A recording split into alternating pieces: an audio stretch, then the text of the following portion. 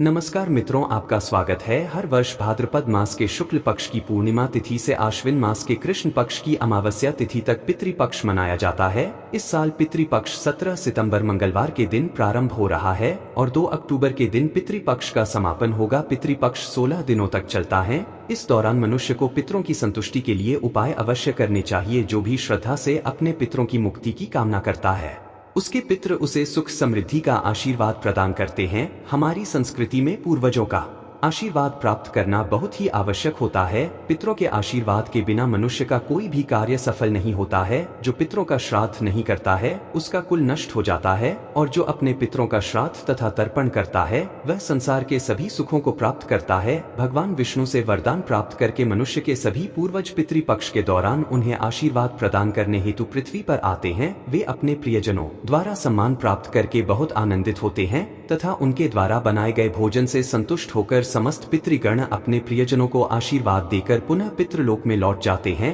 किंतु यदि कोई मनुष्य पितृपक्ष के दौरान अपने पितरों का आदर सत्कार नहीं करता है, उन्हें भोग नहीं चढ़ाता है और उसके पितृ रुष्ट होकर ही लौट जाते हैं, इससे मनुष्य को पितृदोष लगता है और पितृदोष के कारण मनुष्य को भयंकर दुखों का सामना करना पड़ता।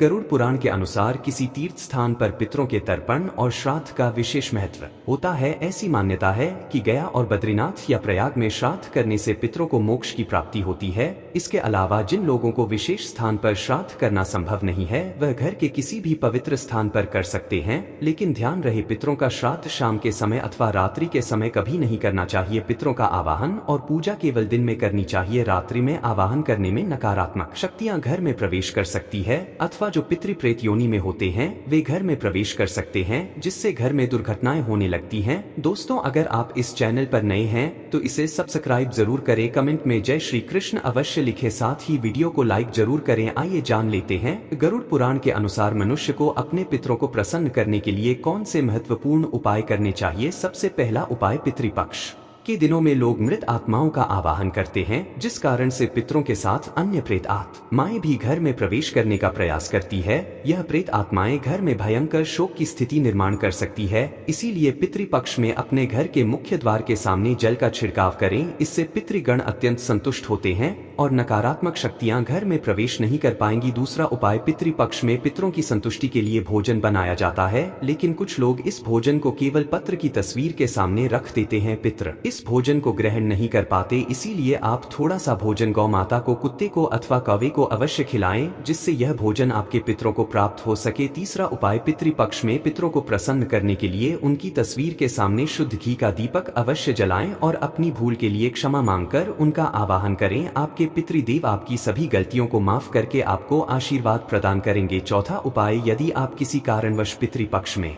श्राद्ध आदि कर्म ना कर पाए तो पितृपक्ष में दक्षिण दिशा में पितरों के लिए एक दीपक जलाएं, गौ माता को रोटी खिलाएं और आप जिस किसी भी स्थान पर मौजूद हो दक्षिण दिशा में मुख करके अपने पितरों से क्षमा मांग ले। पांचवा उपाय, भगवान श्री कृष्ण कहते हैं, जो मनुष्य अपने मृत परिजनों के लिए तिल का दान करता है वह समस्त पापों से मुक्त होकर वैकुंठ में जाता है। इसीलिए अपने पितरों का आशीर्वाद पाने के लिए आप पितृपक्ष में तिल का दान अवश्य करें। छठा उपाय, पितृपक्ष में भूल से भी नीम का पेड़, बरगद का पेड़ और पीपल का पेड़ नहीं काटना चाहिए, इससे मनुष्य को पितृदोष लगता है। पितृपक्ष में सर्प को मारने वाले व्यक्ति को भी पितृदोष का सामना करना पड़ता है। पितृदोष से बचने के लिए पितृपक्ष में एक पीपल का वृक्ष अवश्य लगाना चाहिए, से सभी दोष समाप्त होते हैं। सातवां उपाय, पितरों को प्रसन्न करने के लिए पितृपक्ष में तुलसी को तिल मिश्रित जल चढ़ाकर भगवान श्री हरि विष्णु से अपने पितरों की शांति के लिए प्रार्थना करें और ओम नमो भगवते वासुदेवाय नमः इस मंत्र का उच्चारण करें। इससे आपके समस्त पितृगण जिस किसी भी स्थान पर होंगे उनकी आत्मा को शांति प्राप्त होगी। आठवां उपाय, यदि आपको आपके पितरों की मृत्यु की तिथि पता नहीं है तो आपको पितरों के लिए सर्व पितृ अमावस्या के दिन श्राद्ध कर्म करने चाहिए। सर्व पितृ अमावस्या को पीपल के पेड़ में काले तिल, सफेद फूल तथा चंदन चढ़ाने से पितृदेव संतुष्ट होते हैं।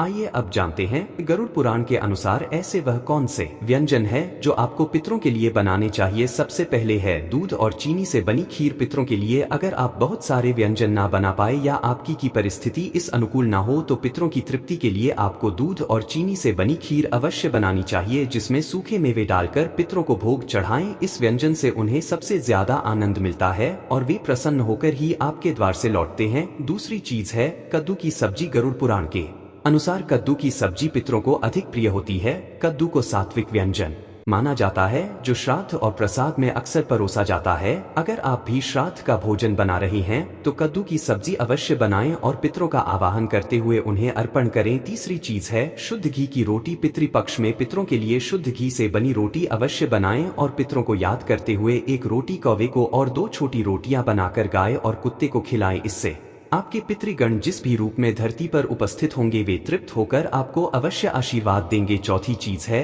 पीली मूंग दाल और सफेद उड़द दाल। इन 2 दालों का उल्लेख गरुड़ पुराण में खास तौर पर किया गया है, जिसमें इन 2 दालों से बनने वाले व्यंजन चाहे वह मीठे हो या नमकीन अवश्य ही पितरों के लिए बनाने चाहिए। अगर आप उनकी श्राद्ध तिथि पर इस व्यंजन को बनाते हैं तो आपके पितृगण अत्यंत संतुष्ट होंगे। इसके अलावा गेहूं से बनी पूरी मीठी गुड़ की रोटी, मीठे केसर वाले चावल, काले चने और बेसन से बनी चीजें भी पितरों के लिए बनाई जाए तो पितृ प्रसन्न होकर उन्हें ग्रहण करते हैं। आइए अब जानते हैं भोजन कैसे बनाना चाहिए। जैसे हम ईश्वर का भोग बनाते समय उस भोजन को नहीं छक अथवा उसे झूठा नहीं करते हैं, ठीक उसी प्रकार से हमें पितरों का भोजन भी उन्हें अर्पण करने से पहले झूठा नहीं करना चाहिए। भोजन बनाने से पहले आपको पूरी तरह से शुद्ध होना चाहिए। बिना स्नान किए आपको पितरों का भोजन नहीं बनाना चाहिए। और जो स्त्री मासिक धर्म में हो उस वक्त भी उन्हें पितरों के भोजन को नहीं बनाना चाहिए। ऐसा भोजन पितृ स्वीकार नहीं करते हैं। पितृ भोजन बनाने से पहले रसोई घर को गंगाजल से स्वच्छ कर लेना चाहिए और यदि गंगाजल ना हो तो साधारण जल छिड़क कर पहले स्वच्छ कर लेना चाहिए, उसके बाद ही भोजन बनाना चाहिए। भोजन बनाने से पूर्व इस मंत्र का जाप अवश्य करें, ओम पितृदेवाय नमः। आइए अब जानते हैं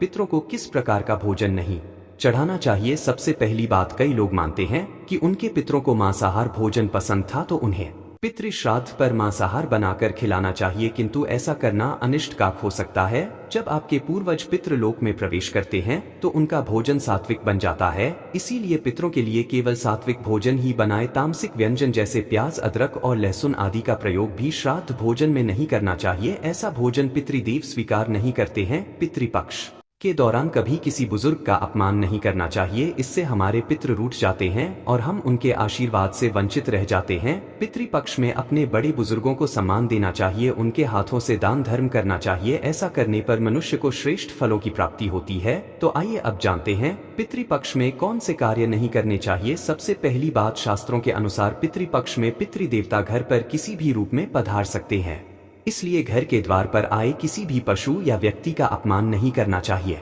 दहलीज पर आने पर किसी भी शख्स को भोजन कराएं और आदर करें। खासकर यदि घर के द्वार पर कोई गौ माता अथवा कोई कुत्ता आता है तो उसे कभी धुतकारना नहीं चाहिए, बल्कि उनका सम्मान करके उन्हें रोटी अवश्य खिलानी चाहिए। दूसरी बात है, पितृपक्ष के दौरान चना दाल, सरसों का साग, मांस और लहसुन प्याज आदि चीजों का सेवन नहीं करना चाहिए, अन्यथा आपके पितृदेव आपसे रुष्ट हो जाते हैं। पितृपक्ष में केवल सात्विक आहार ही ग्रहण करें और अपने पितरों को भी सात्विक आहार का भोग चढ़ाएं। तीसरी बात है, गरुड़ पुराण के अनुसार किसी तीर्थ स्थान पर पितरों के तर्पण और श्राद्ध का विशेष महत्व होता है। ऐसी मान्यता है कि गया और बद्रीनाथ या प्रयाग में श्राद्ध करने से पितरों को मोक्ष की प्राप्ति होती है।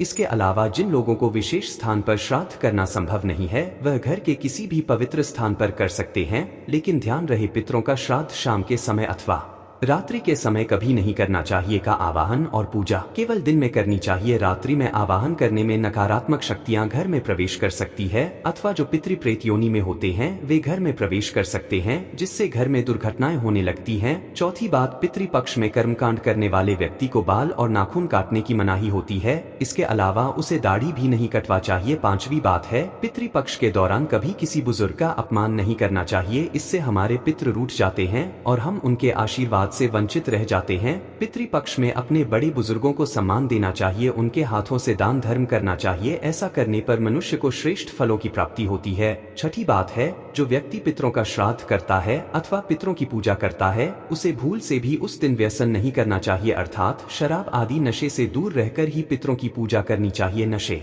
की अवस्था में पितरों का श्राद्ध करने पर पितृदेव हमसे रुष्ट हो जाते हैं और आशीर्वाद दिए बिना ही लौट जाते हैं। तो इस प्रकार से अपने पितरों की पूजा करके आप उनका आशीर्वाद प्राप्त कर सकते हैं। उम्मीद है आपको यह जानकारी अच्छी लगी होगी। वीडियो को लाइक जरूर करें और कमेंट में जय पितृदेव और जय श्री कृष्ण अवश्य लिखें, साथ ही चैनल को सब्सक्राइब करें। आप सभी का धन्यवाद।